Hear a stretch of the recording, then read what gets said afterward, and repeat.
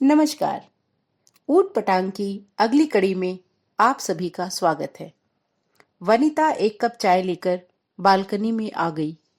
सोचा आज की शाम अपने नाम। थोड़ी देर बैठी, फिर न जाने क्या मन में आया, कप उठाया और बालकनी से उठकर बेडरूम में आकर शीशे के सामने बैठ गई और मुस्कुराती हुई बोली, कैसी हो? पर न जाने क्यों हमेशा की तरह ठीक हूं कह ना पाई। सबसे तो कहती है, फिर खुद से क्यों नहीं? कैसी हो का आंसर ढूंढते हुए उसने अपनी निगाहें अब ड्रेसिंग टेबल के शीशे पर गड़ा दी। ऐसा लगा जैसे सामने से आवाज आई हो, नाराज हूं। पर क्यों? क्या तुम्हें वाकई नहीं पता? क्या आज वंदना से मिलने वाली बात से? अब ठीक है ना, शुभी अचानक आ गई तो क्या कर सकती थी? क्यों नहीं कर सकती थी, जब तुम्हारा प्रोग्राम पहले से बना था।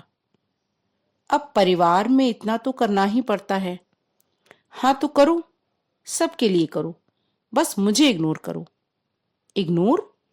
हाँ, इग्नोर नहीं तो और क्या है। मैंने कहा था ना, इस बार निखिल आएंगे तो उनके साथ चली जाना, लेकिन नहीं। पर कैसे चली जाती, मम्मी जी पापा जी को छोड़कर? क्यों? क्यों नहीं जा सकती? क्या 2 साल पहले जब तुम्हारी शादी नहीं हुई थी तो क्या ये नहीं रहते थे? कोई बीमारी हो गई है इन्हें? क्यों नहीं रह सकते? फिर सुमी भी तो है। पर तुम्हें तो सबकी चहेती बनने का तमगा चाहिए ना। ऐसा नहीं है। क्या मेरा सबके प्रति कोई फर्ज नहीं? और मेरे प्रति तुम्हारा कोई फर्ज नहीं? 2 फर्ज दूसरों के प्रति निभाओ तो एक मेरे प्रति भी तो।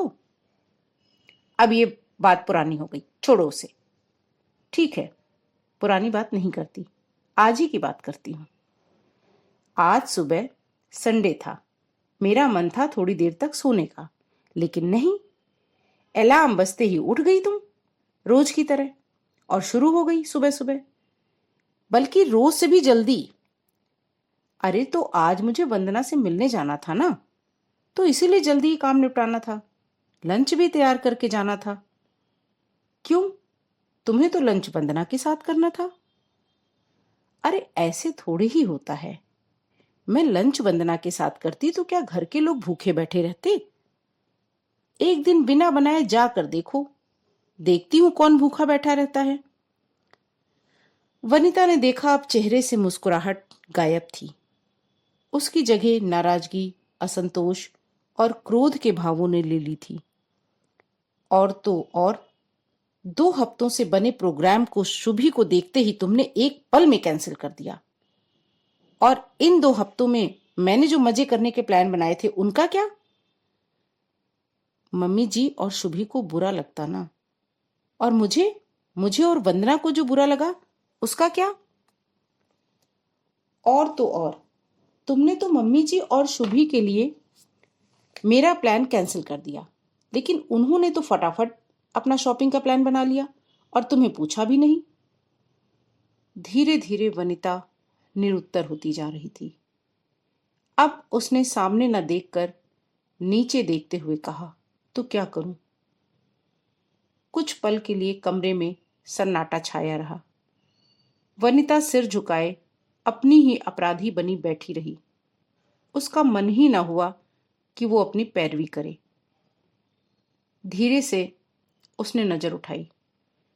उसे लगा जैसे उसे किसी ने अपनी बाहों में भर लिया हो और कहा हो, एक क्षण के लिए भी क्या मैं तुमसे अलग हूं?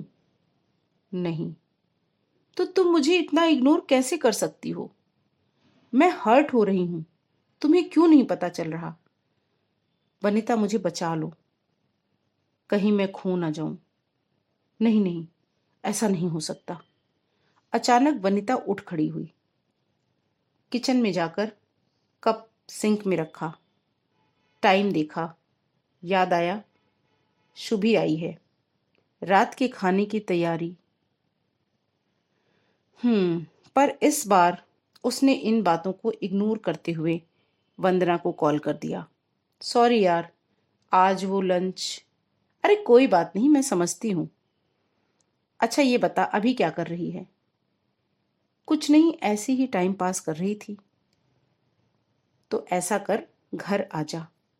तुम्हारे घर? हाँ। क्यों? मेरे घर में क्या प्रॉब्लम है? अरे नहीं यार, तुम्हारी मम्मी जी और फिर शुभी भी तो आई है। ऐसे में मैं अरे तो मैं कौन सा तुम्हें मम्मी जी और शुभी से गप्पे मारने को कह रही हूँ। Are you sure? Yes. Plan क्या है? कुछ खास नहीं। लंच नहीं किया तो क्या हुआ, डिनर साथ में करेंगे। फिर मैं तुम्हें छोड़ने के बहाने तुम्हारे साथ लॉन्ग ड्राइव पे जाऊंगी। बहुत दिन हो गए कार नहीं चलाई। पापा जी हैं नहीं, और किसी को कार चलानी आती नहीं, तो कोई रोड़ा भी नहीं आएगा।